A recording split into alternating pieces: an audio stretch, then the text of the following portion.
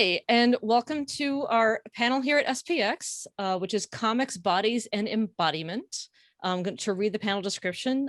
Bodies take many forms, and our relationships with one's own can shift throughout our lives. Comics are a powerful tool for understanding and accepting the bodies in which we live. That's what we're going to be talking about today. This feels like an extremely SPX panel, so I'm really looking forward to this conversation. I'm Alison WIlgus. I'm a cartoonist and comics writer. I also edit comics for First Second Books. And here for our lovely panelists, I'm going to call on them and they will introduce themselves, starting with Joel.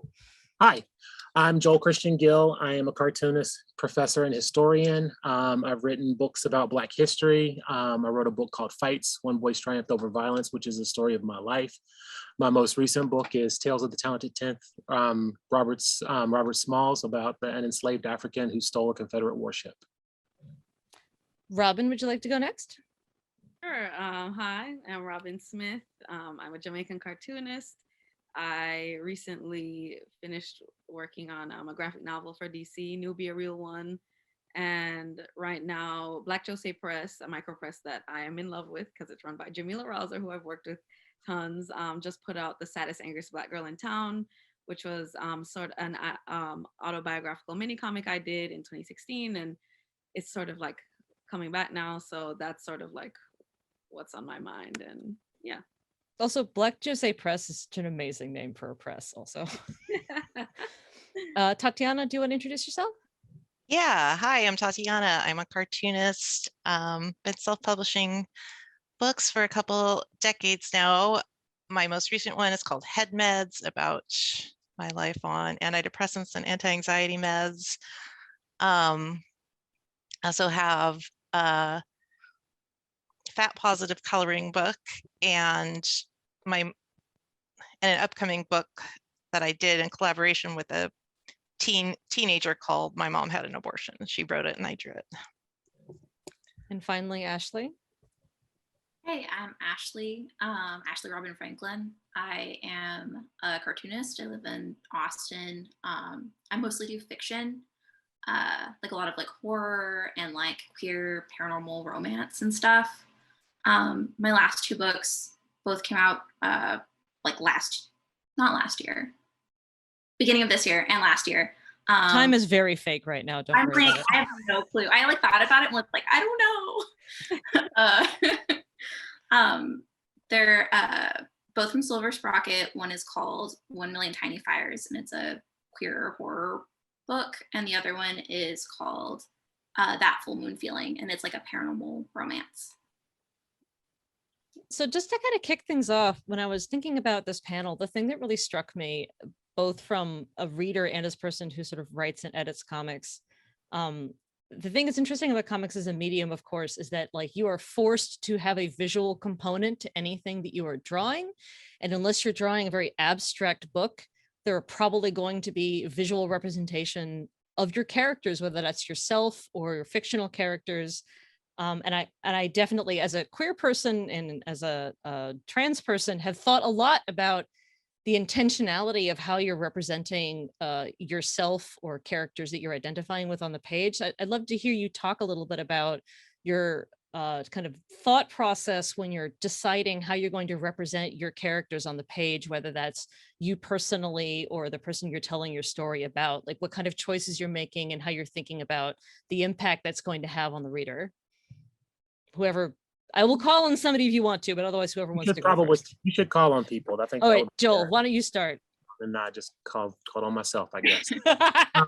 You did volunteer by saying that. I'm very sorry. So depending on what I'm representing, I typically, if I'm using, so most of the people that I draw are historical figures that took place before photography. So there may or may not be a photo of those people. So what I try to do is I actually use a lot of models from like television shows and movies. I was just drawing some stuff for another book that I'm working on, and I needed colonial references. So I used the TV show like Jamestown as a reference for like the people and the clothing and those kind of things.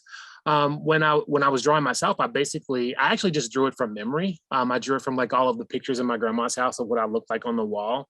And I drew myself from that point of view. But I think that raises an interesting point specifically about how comics works and how comics function, because most people have a tendency to to not really consider how words and pictures are working together and how you can use those things to manipulate meaning in a lot of ways. And when you're thinking about representation for comics, depending on the way in which you represent it, you can make those characters more everyman. Like everybody sort of relates to the Peanuts, not because they're really specific people, but because they are cartooned, because they are like these cartoony figures that we can actually pour ourselves into. And I think there's a lot of consideration for that when I'm working. I don't draw hyper realistic, mainstream style comics. I draw comics that I feel like could relate to everybody, to the point where people would read when they read my memoir Fights, they were like, you draw these really horrible things in this all ages style. And I'm like, all ages is not really a style. For me, it's more about like expressive cartooning. Cartooning is expressive drawing with the function to tell a story. And so I think that's the way you have to think about it. So there's a lot of ways I sort of think about it, but mostly I use photo references, and I try to use memory as much as possible because I think memory is powerful when you're doing cartooning. Tatiana, I will now arbitrarily call on you next if you have anything you'd like to say. Yeah.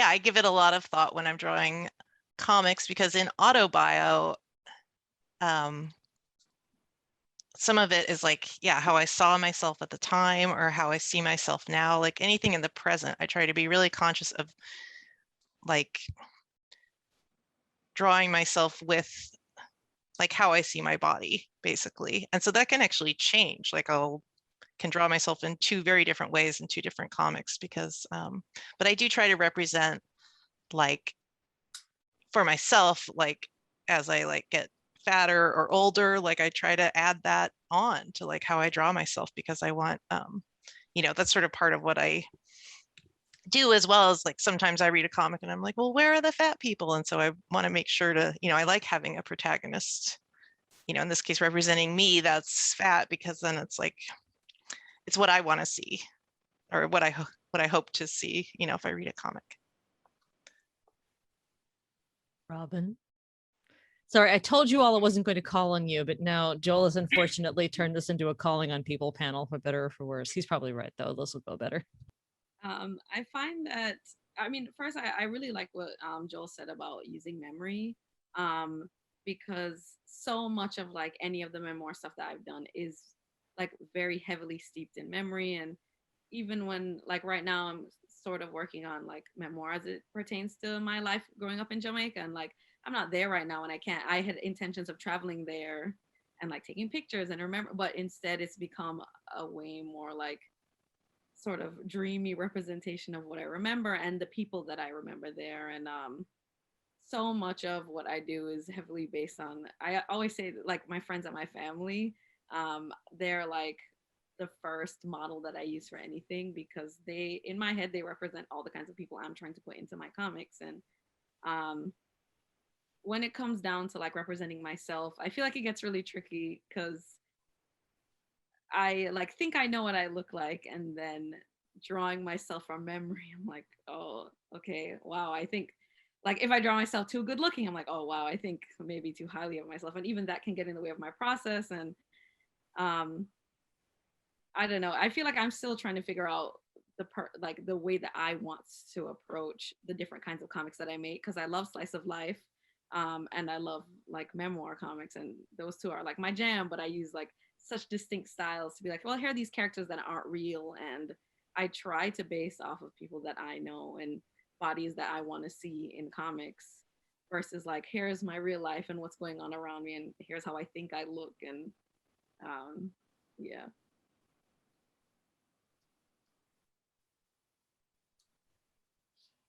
Oh, I get cut out for a second. You still there? You with us? There we go. Yeah, I like cut out for a second. I couldn't hear anything. So me. Yeah. Okay. I like didn't hear that part. Yeah, I like Robyn just said, like I draw a lot of people from like my friends and my family. I definitely like will look at comics later and be like, oh, that's like these two people, like an amalgamation of them completely. Yeah, I mostly do fiction, and yeah, just like I like the freedom of being able to like really like cultivate the cast of people and like think about like not just what they look like, but what their relationships to their bodies are, and like how that makes them like hold themselves, or like, you know, if they're like more of a like closed off kind of person or open, and like the different ways that, yeah, you can like express that with like hand movements or positioning. Yeah, so I think about that a lot, definitely. I have a lot of friends who do a lot of big time acting for reference, not just so they can draw it realistically, but so they can really feel what they're making their characters do and really like inhabit it. Which is one of the other things I wanted to talk about. I think it's so interesting when you're trying to communicate the very subjective experience of either yourself or your character, like inhabiting the moment that they're in and like their body in that moment. Like some of your comics are very visceral or very specific to somebody's experience of being inside of their specific body. And like it in prose, I think there's one way of doing that where you can talk a lot about it very directly. I think in most comics these days we tend to shy away from having things be too caption heavy. I think as cartoonists we're often trying to find other ways to communicate subjective experience other than just having like somebody's diary entry on the page, although that can also be part of it. So I'd love to hear if any of you have anything else you want to say about that way of trying to balance, like, I I don't want this just to be an illustrated book. Like, this is a comic. I need to take advantage of the medium versus like, how are you trying to communicate that subjective experience? Are you doing it through the acting, through color, again, through like you were talking, Joel, earlier about having designs that aren't too specific because you want to make sure that the reader's really empathizing with them. And yeah, I'd love to hear if anybody has anything else to say more Yeah, about I that. think one of the best. So when I had two editors on Fights, and Andrea Colvin was my first editor on Fights, and Andrea is incredible. Like, just a plug for Andrea, she's amazing. And once I turned in like the rough draft, she gave me the best advice I think I ever got with comics. And that doesn't say my other editors are terrible. It's just that she was really great in this specific instance. She said, go through and take out all of the words and then put things back in if you feel like you need it. Right. And I think that was like really good. And I made really conscious choices about how and this is like what, this is like, to go back to memory. This is what, when I was writing Fights and I was putting it down, because I don't write scripts. I don't know if you guys do, but I don't write scripts. I just kind of draw and write notes to myself, and then I put stuff in together because I think of it as like a it's multimodal. It's two things at once, and so doing one or the other doesn't make sense to me. I do them both at the same time. But when I was putting it together, I made some real specific decisions to think about how stuff happened with me when I was a kid, and Fight specifically. And so I tried to portray things as I remember them. So like sexual abuse for me was like noise in the dark. It wasn't like a traumatic thing like you see on television. It was just like nighttime, and it was, like I heard voices, right? And so like I tried to portray it that way. And I tried to do things like represent how angry I was as a kid throughout most of my childhood by, continuously showing fire, right? Like just giving that information, so that at some point when you look at, so this is legitimately what I was thinking. At some point you would see, me, and if you saw a flame in relationship to what was going on, you knew that represented anger. So I was trying to set people up so when they looked at it, they were like, that's what, we know exactly what that is, because that's what you want with comics. You don't want to put too many words. You don't want to put too many pictures. You want to actually put this thing together in which people actually forget they're looking at pictures and forget they're reading words and taking in the whole experience. And so like, that's the way I was thinking about it when I was putting it together. So just really trying to let the medium do what the medium does best, which is tell people stories with this combination of words and pictures. So one thing that I really love about comics and the way that you can like explore a character in comics is slowing down moments. At least that's my favorite thing to do, is to slow down a moment as much as possible. I mean, it's more drawing and more panels, but literally enjoy being able to slow down time, and even like using like the spaces in between panels to dictate time and what that means to that character. I love like seeing, oh, this is how this character will pick up this pencil and then decide whether or not they're gonna like make a mark. I mean, I guess now I'm talking about a comic about someone making a comic, but whatever. It's getting very meta. That's very SPX of you, honestly. But yeah, I just I feel like I learned so much from other people's comics and then put that into my own comics when we get to learn enough about a character just based on their movements, whether or not there are words in the panel. So I feel as if that's a really good way to sort of learn more about how you want this person to, like, I don't know what I'm trying to say. I guess it's more like you are learning who this person is in your comic while you're drawing it, because suddenly their movement seems more fluid and sort of replicates what you do. You can't, I like was just talking to some friends the other day about, you just can't help but put yourself in it. So even though it's someone who's maybe the opposite of who you are, their hands move like your hands move. Cause I mean, if you're me, at least you're taking pictures of yourself to draw, you know, like I'm feeling my face to feel where my eyebrows are. And, you know, it's at the end of the day, I feel like so much of yourself is in it. So you're still trying to represent all these people, but, you know, you still feel it in yourself.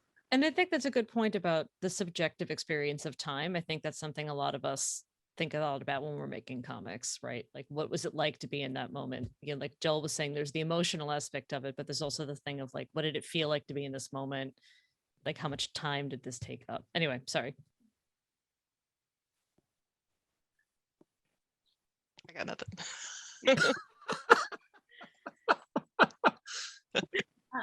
I was gonna say, yeah, I love also like playing with like time and slowing down like moments, and like using lots of like imagery. Like the fire example was really great. And I also love just like atmosphere and like little like details in the atmosphere, like, or like I love like there's like a crawling bug behind somebody and like you get this like certain feeling by it, or like slow like natural things occurring.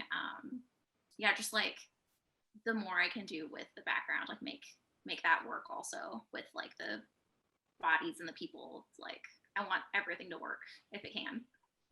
Yeah. So Tatiana, I'm now going to put you on the spot because you did not answer that previous question. And I did have a thing I specifically thought of when I was looking through your comics. Yeah, sure. Another thing I think that comes up a lot in any book, but I think comics especially because it's such a rich medium. There's often also that contrast between in our actual lives as well, the external version of yourself that other people are perceiving, in this case, the reader, and the internal subjective experience of being inside of yourself. And I remember when I was looking through some of your comics about substance abuse, for instance, there was like the idea of like, I internally felt this way. I'm aware of how I was being perceived by other people in that moment. And I think all of your comics are doing different versions of this. So I'm going to I'm putting you on the spot, Tatiana, first, but I'd love to hear what other people have to say about this as well. So just around that subject, sorry, I guess I'm joking of being on the spot. I'm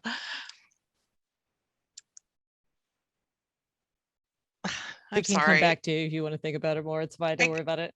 I guess I'm not sure, like, is there a question? That's I guess what I was thinking about, like, when you were putting your book together or any of your comics together, like, how are you thinking about like the way the reader is perceiving your character on the page visually versus their subjective experience of what they are going through, right? Because like your reader is becoming like the person who was there with you, if that makes any sense. They're viewing the character inherently from the outside in a way that is like inherent in the medium, if that makes any sense. Yeah, I think, yeah, and maybe that's where I struggle with this question, is that I don't think I think about the reader.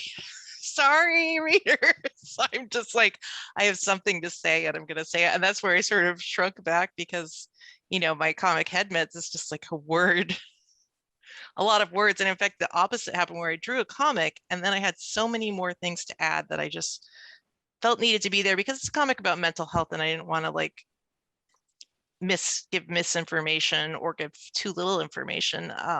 So it wound up just being this block of text, like a picture underneath. So that wasn't, but that's, I think, less of a like I knew in that case the reader would kind of be put through the ringer, but it was just like the only way I could figure out to get in the information I wanted to. And then yeah, in other comics like about substance abuse and stuff, so I will think about I guess what I'm thinking about mostly is like, I can sort of feel the emotion and then I'm trying to get that onto the page, and that will show up in my thick black lines. Any kind of serious kind of severe emotion will show up in like lots of ink, basically lots of black blobs and thick lines. And then yeah, that's it. Did anybody else have anything to say about the sort of external versus internal experience of characters? Or you don't have to, I'm just curious. I mean, I don't typically, I mean, I think when I first started drawing comics, it was, I first started drawing comics about Black history because Strange Fruit were mini comics before they were published. And I was kind of thinking that, I'm drawing comics for hipsters. I'm like, hipsters will pay $9 for avocado on toast. They'll buy these $3 comics for about Black history, right? That's legitimately my thought, right? Like they will spend this money. So I was thinking about it, but it's sort of like over the years, like the way in which I think about who's reading these things actually change. So I embed other information in there. So like I put things in, like political things or like things about the way I feel about the world. I mean, I have a voice, so I feel like I should say something, right? So like I spend time talking about those things.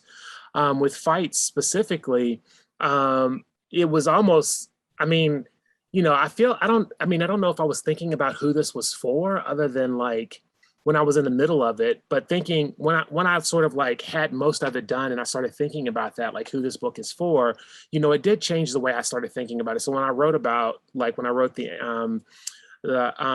afterword, I was like, fights wasn't cathartic. It was for people who grew up like me. It was so that they would see that they weren't alone. And it was also for people who dealt with kids that are like me, but don't know what's under what they don't see, right? They don't know what that unknown is. And so in that way, I remember Kathy Johnson, who's a cartoonist. You guys probably know Kathy, but Kathy said on a podcast, she was with a friend of hers and they were talking about fights, and they said specifically that fights there's some children's literature that are doors and windows, right? And some of them, windows and mirrors. And if there's a window, it's for people who have never been in a situation to look in and see what it's like. And if it's a mirror, it's for people who actually have lived that. And so I was thinking, about halfway through fights, that this was a love letter to kids who grew up like me, so that they could see that there was light at the end of the tunnel. There is another side of this. They just, if you can persevere and you can get to that other side, there is hope. And so like, that's kind of the way I think about it. Like I'm working on the graphic novel adaptation for Stamped from the Beginning right now, Ibram Kendi's book.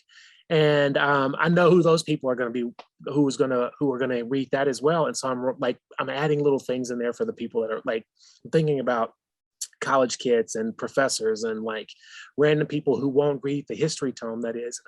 Excuse me.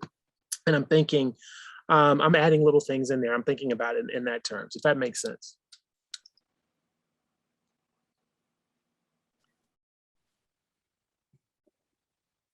I'm sorry, go on, please, Robyn.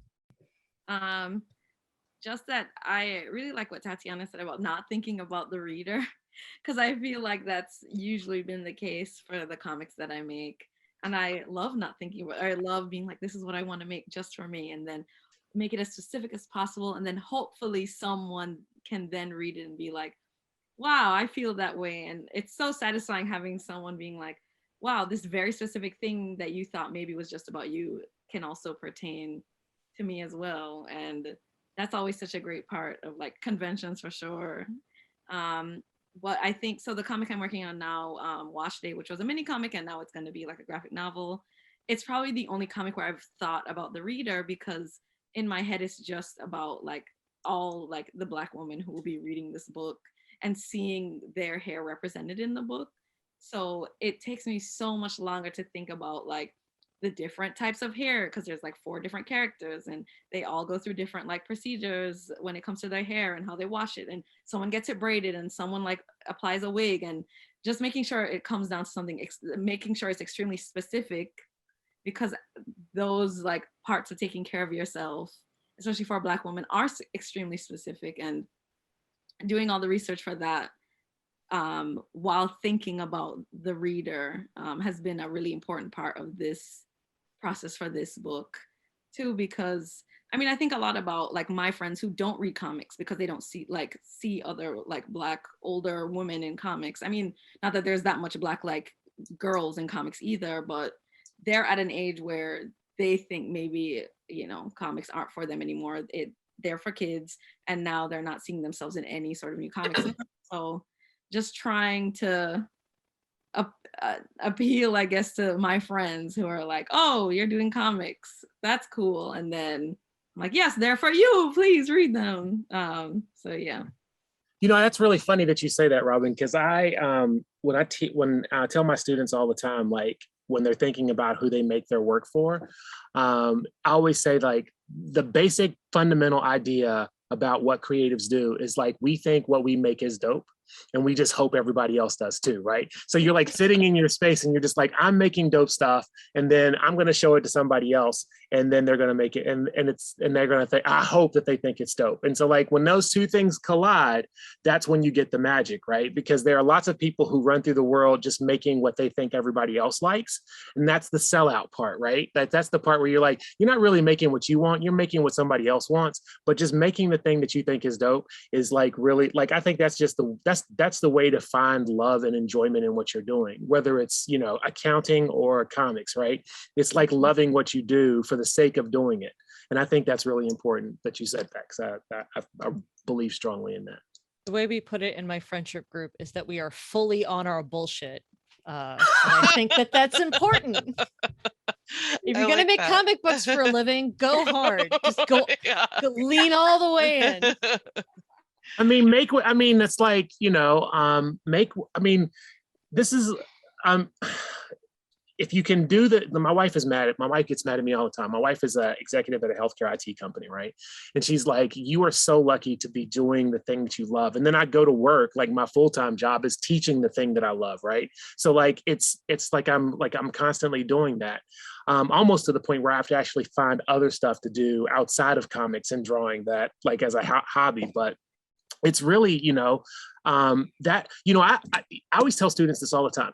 It's passion and hustle, right? And it's like you can have one and might get successful, but it's when you have those two things, that's when it becomes amazing, right? Because you can tell when you can talk to somebody who's like really in love with the thing that they do, whether it's like the barista at Starbucks who really loves making coffee, or like a lawyer who is like defending people as a criminal defense attorney.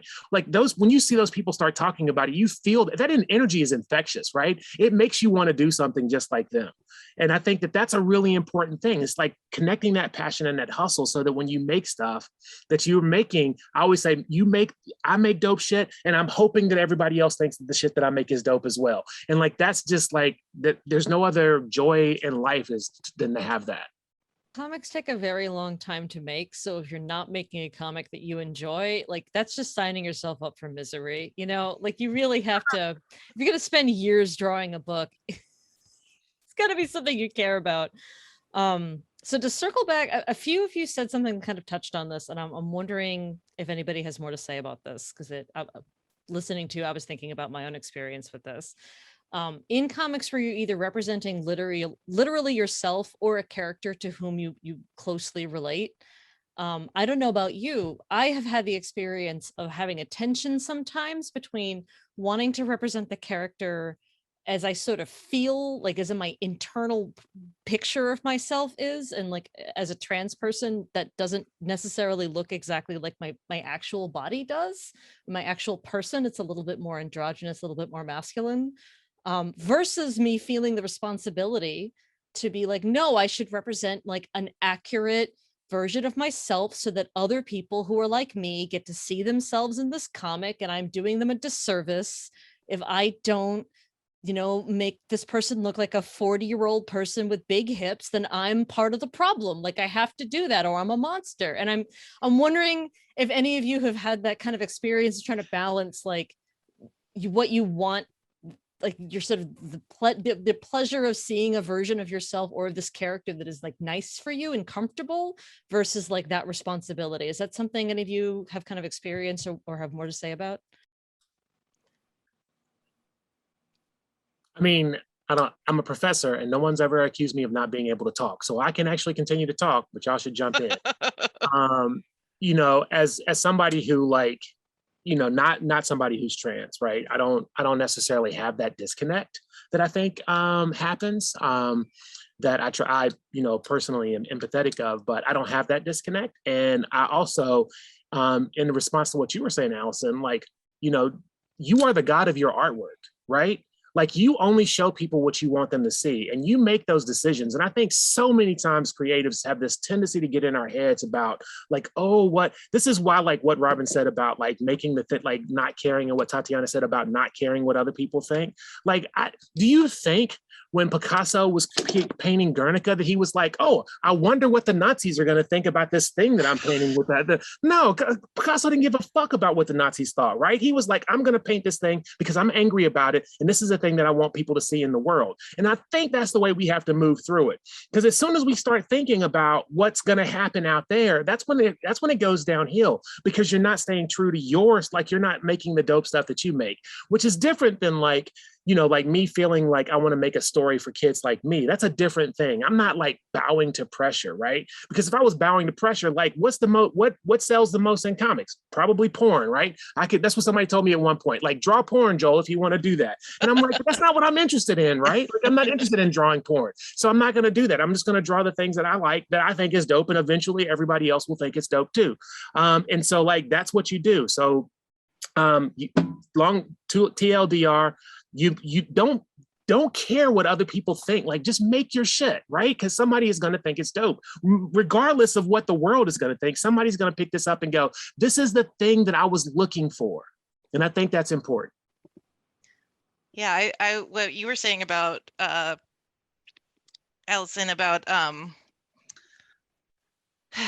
like how you think you maybe should draw yourself.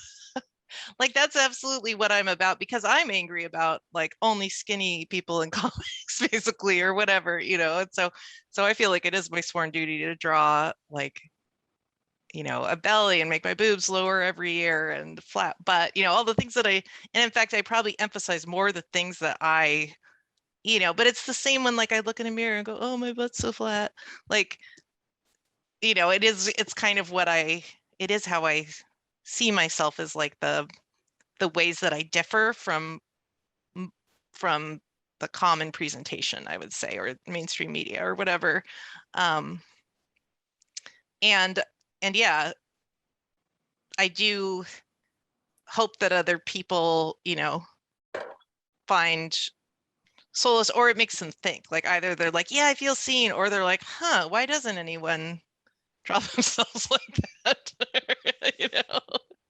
But I think that that's also, I feel like it's my niche. I don't hold, you know, part of the fun of cartooning is making yourself a everyman, or a, you know, or a little character that's like not really based on like how your body looks. It might be like a big head and a little body or whatever.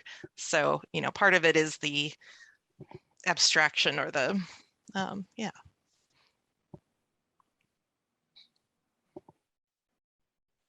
Sorry, that is does anybody else have anything to say gesture? Like the rest of you. It's fine if not. I can't think of anything. I'm trying to think. Gosh, sorry, we've just all been very articulate and have covered a lot of the ground that I wanted to cover in this panel. I guess just if anybody wants to talk more generally, just, I mean, I'm also, as the moderator, I'm like sitting here being like, we have to stay on topic. I'm just trying to desperately continue to wrangle us back toward, I think it's important. So I think if anybody else has anything they'd like to talk about, specifically about character design, and we've talked about this a little bit, but I think that the ways in which because people are humans, when they see a picture of a person, they make a ton of assumptions about that person, like basically instantaneously. I definitely have mixed feelings about that as somebody who both designs and reads comics. And if any of you have more to say about the process of character design and things about it that you really enjoy, or things about it that sort of frustrate you in terms of how you're choosing to represent people on the page and like what you know that's saying about a person, I'd love to hear more about that. I think as long as you're not being malicious in your character design, you know what I mean? Like, I mean, as long as you're, I mean, it's just that's what I said. As long as you're not being malicious and relying on stereotypes in that way. I think Chris Ware said once that he wanted all of his characters to read like hieroglyphics. So when you saw them, you saw everything about them. And physiognomy, if you guys don't know, like that pseudo-century, pseudo 18th, 19th century pseudoscience that was about like people's body shape dictates how they act, which is based on, just bullshit, right? But in comics, you can actually do that, right? You can actually draw characters and that could be funny. It could make them, I mean, Mario is a perfect example, right? We have this little round pudgy plumber who is the hero, right? That is like the opposite of what the hero idea is, right? And so I think that when you can rely on the ways in which we perceive things, right? Like, Gandalf and Dumbledore and Merlin all relate back to the same type of character, right? So we've got these or the character of Mr. Burns in The Simpsons is based on William Randolph Hearst, right? Like you've got all of these different things that happen that you can rely on that are not malicious, right? Like basing a character off of William Randolph Hearst is not malicious. It's not saying all white men are terrible, right? It's just like, here's William Randolph. Here's William Randolph Hearst. No, it's some, right? Like there are there are white men out there who want to get rid of the patriarchy, just like, there are women who want to keep it, right? So there's those two things. So just that regardless. So they're not saying, you're not targeting a group, right? You're just talking about that individual person. And I think that as long as you are not being malicious in your character design and also talking to people too, like I can't stress enough having conversations with people whom you were trying to represent, right? If you are not from that group, because I don't think that as a Black creator, I should only make Black characters, because that's basically stereotyping me in a different way, right? Like it's like the mainstream cartoonist only being able to draw, like Luke Cage or Cyborg if you are a Black man. Like that shouldn't be the only thing or Black Panther, right? It shouldn't be the only thing that they actually ask you to draw. But as long as you are having conversations with the people. When I wrote my children's book, Fast Enough, about Bessie Stringfield, I wrote about a little girl. And so as opposed to just like being a man and like, I know what women like, I just started writing it, right? I didn't do that. I went and talked to a bunch of women. I talked to my nieces, my wife, my daughter, my mom. I talked to a bunch of women. I'm like, is this like, I just kind of bounced ideas off of them. Is this okay? Does this work? Because that's what you do, right? You talk to different people. I talked to random, like people that I wasn't as close to, people that I worked with. And I think that's what you have to do. Like you actually have to get a plethora of ideas so that when you represent it, you're trying to do it justice. And I think it's important to do that. And there's a really, really amazing writer who is, I can't think of his name, but he writes these like modern detective novels, and he writes them, and the kid in the detective novel is like quote unquote gangster from like South Central LA. He's a young Black man, and he's just super smart and like all of these different things. I was shocked to find out this was an Asian guy. Like this was an Asian guy who grew up in those neighborhoods. And then he talked about like, this is what I grew up with. And so this is the way I write those. This is why I write this way. And I think that's an important thing. Like just being connected to the community that you're writing about. Don't write like you're, on a safari looking at, gay people from the binoculars. Like, don't do that, right? Because that's some bullshit right there. Like, actually if you have gay friends, you should, right? Just talk to those people and ask them, like, hey, does this make sense? Like, just be, like you have, like, I think it's just really important for us to be more empathetic in general about things, because I don't think we are as a society. I think on a micro level we are, but on the macro level, we are not empathetic enough. And I think that's important. I told you I could always talk. So does anyone else have anything else they want to talk about? No, just so Robyn, you were talking about how you have a bunch of different women, for instance, who's with different hair types that you were representing in your comic, like what's the process of designing characters in that context? Like that feels like there'd be a lot of pressure on you to kind of do everything kind of like right, if that makes any sense. Yeah, no, sometimes it does feel like a lot of pressure, but I have the help of Jamila, who's the writer. So, I mean, Jamila also does a lot of the research. And, it's funny that I'm saying research like we don't also do it. Like, and like, she has like 4B type hair and I have 3C. And like, it's just, oh, okay, well, this character has 3C. So I know how to what product she has.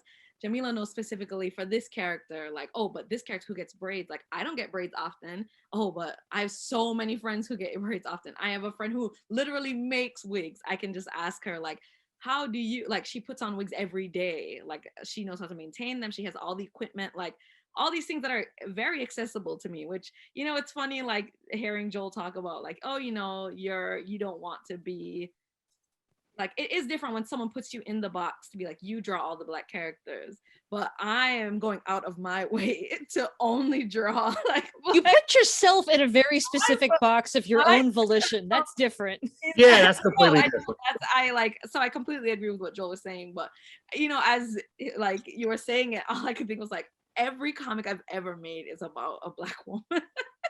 And I think every comic I will probably continue to make will only like have to do with Black femmes. Like that's the only people I'm like, I just want to see them in comics everywhere. Like I love, like, hair is my favorite thing to draw, which is also why I'm doing this comic. It's like all these different kinds of people that I just don't see. So even though I'm like, oh, I'm putting myself in a box, I'm only drawing Black femmes, like there's so many different kinds of like Black femme people that I've grown up with my entire life, especially because I bring up all the time, I grew up in Jamaica, and I went to an all-girls school. So, it's just all these people around me whose lives are like, they're all so different. I just haven't seen that since I've moved to the States. And I'm like, well, now that I'm here and I'm making comics, I'm going to write about what I know. I'm going to draw what I know. And it's so much easier for me to like think back to me being in high school and like plaiting my friend's hair while we're at lunch, or like fixing someone's braid because it fell out or something, even though like weave wasn't allowed. Those things are very vivid in my memory, and those are the kinds of, like, just to bring it back to bodies, like those are the bodies of the people that I want to see in all my comics. I cannot tell you when last I've drawn a white person. No, but I think this is really important, like to show that there's so much depth and breadth to, like, you know what I mean? Like, because in so many comics, there's like the Black woman, and you're like, no, there's like a billion different women who are all very different from each other, and lumping them all together in one type is part of the problem here.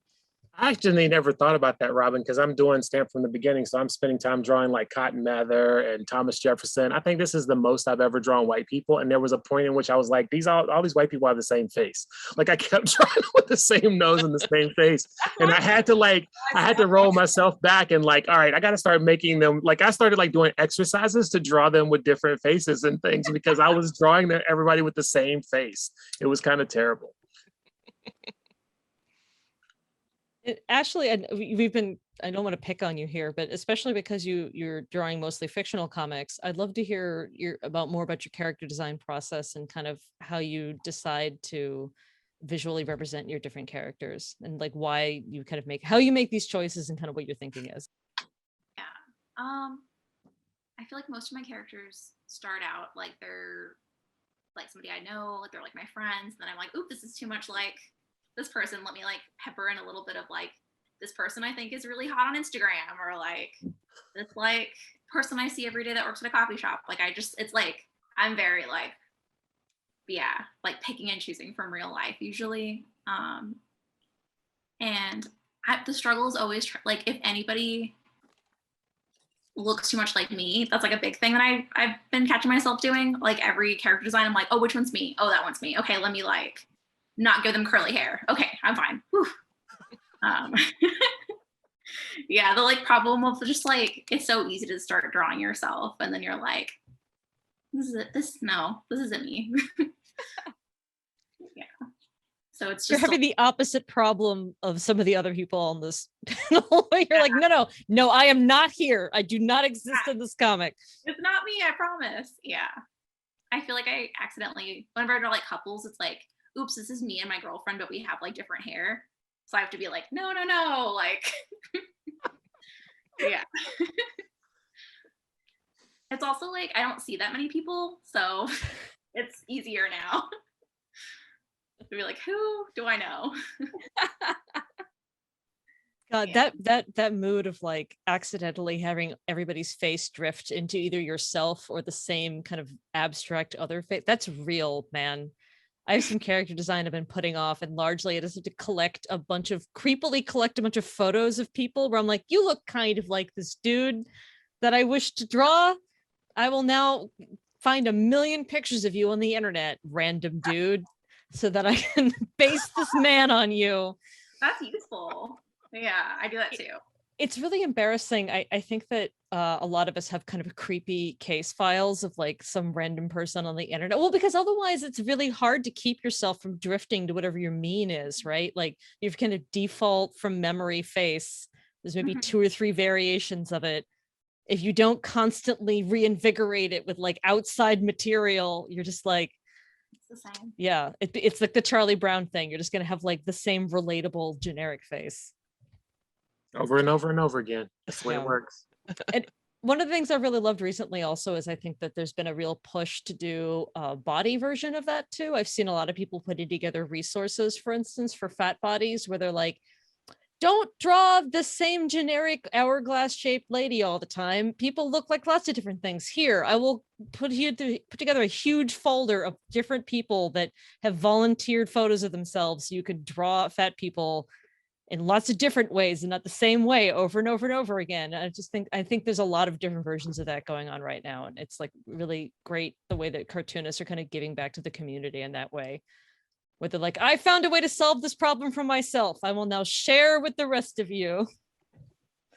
Yeah, Well, that's been cool. I see that with, like, please stop drawing, black hair wrong sort of thing, that I've definitely used all that help.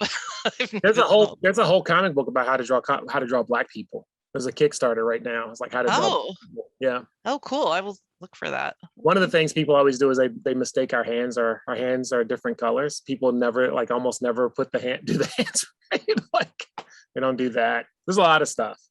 There's been some really great tutorials also about shading, where it's just like, no, don't just make them gray. That's weird. Like there's different kinds of skin tones that have different warmth and coolness and different ways that you shade them, and very patient people. But those people are like doing God's work. It's like, thank you. It reminds me of a Red Fox joke where he was like, when you're born, you're red. When you're mad, we're pink. And when you're angry, your face turns blue, and you got the nerve to call us colored. I think it's great. The internet is full of wonders. So, all right, we're getting toward the end of our time.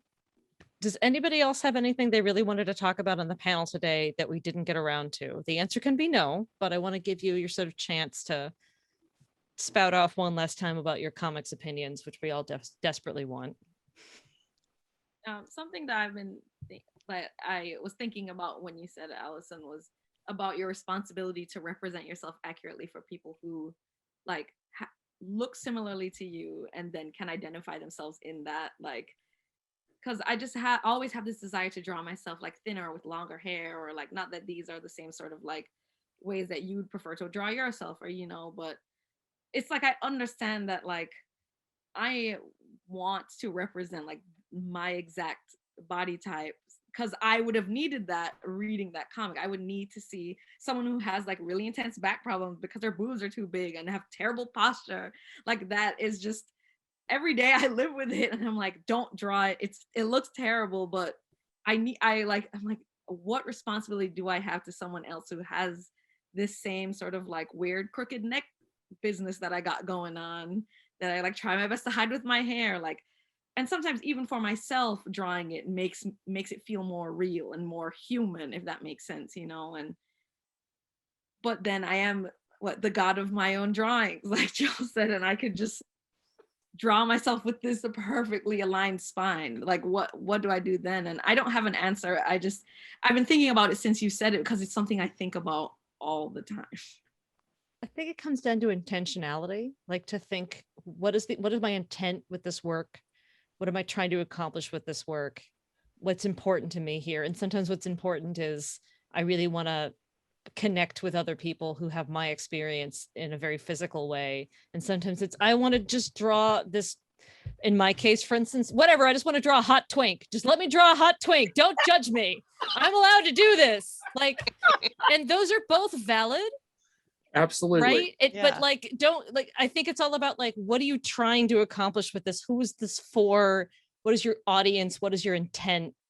I think as long as we're thoughtful, and but that's like also kind of like the big thing. that's also like a slippery slope, right? Like then you get to that idea of like, are we like if you're thinking too much about the people that you're doing it, I mean, that's why I say like you have to stay true to yourself. And it's like if what you feel strongly about is drawing representation to connect to people who are like you, then you should feel like that should be the thing you do. But if it's also like, I just want to draw myself, you know, the way I feel like I look, then that's also fine. Like there's no like there's no right or wrong way to art, right? Like there's just no right or wrong way to do this. And I think as soon as you start putting rules into place, right? Like I think it's important to know the rules, right? To know how to do those things.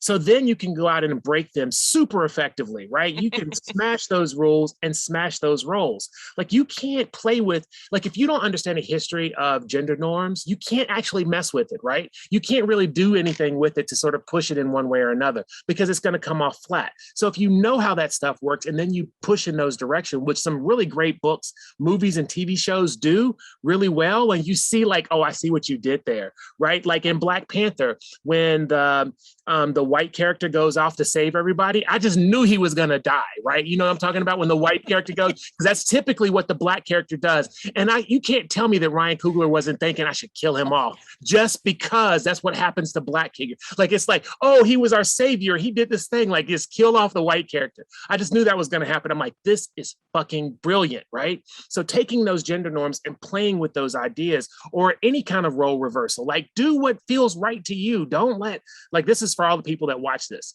like do what feels right to you. Like don't let anybody put you in a box. Just make your shit and then don't worry about the rest of it, because if it's good, it's going to be good. Sorry. And just to circle it back around to something that I think a lot of us have said throughout this panel. I think that this is a really great argument also for making comics in community and in relationships, whether it's like you were saying earlier, if you have an editor that you're working with, if you have cartoonist friends or not, sometimes non-cartoonist friends can be even better for this.